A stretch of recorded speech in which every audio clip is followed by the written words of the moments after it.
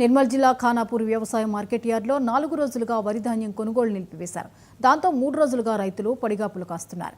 ప్రభుత్వం వరి ధాన్యంలో తేమ ఉన్నా కొనుగోలు చేయాలని ఆదేశించినా వాస్తవ పరిస్థితులు భిన్నంగా గోచరిస్తున్నాయి.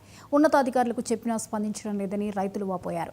రైస్ మిల్లర్లు తరుగు పేరుతో 3 కిలోలు అదనంగా డిమాండ్ చేయడంతోనే కొనుగోళ్లు ఆపేసినట్లు సీఈఓ ఆశన్న వివరణ ఇచ్చారు.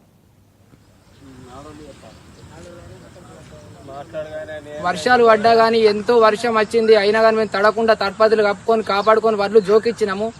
వాళ్ళు 42తో జోక్కున్నారు. 42తో జోక్కున్నాక అట్లా కూడా 42 అన్నారు, 42.5 జోక్కున్నారు.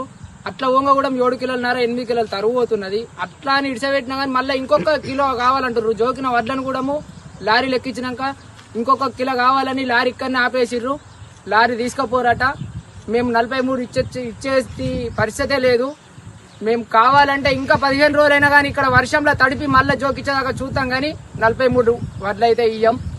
నేను ప్రతి సంవత్సరము ఒక 12 ఎకరాల వ్యవసాయం చేస్తాను. నా సొంత ఒక 4 ఎకరాలు ఉంటుంది. మిగతా కౌలు చేసుకుంటూ కొనసాగిస్తాను.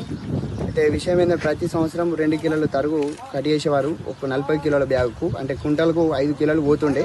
ఇప్పుడు మాత్రం అదనంగా 42కు బదులు 43 కట్ చేస్తానని చెప్పేసి అనడంతో మేము అంగీకరించడం లేదు, అంగీకరించము కూడా. దీన్ని ఈ విధంగా వేయడము రైతుల్ని అట్లా కట్ చేయడం మాత్రము అది కరెక్ట్ కాదు అనిపిస్తుంది ప్రభుత్వము. మీరు మాత్రం తొందరగా స్పందించి 42 కాడికి తీసుకొని కొద్దిగా మాకు కూడా కొద్దిగా డబ్బులు వెంటనే కాంటాక్ట్ చేసి డబ్బులు తొందరగా పడిపోతాలని మేము చెప్పేసి.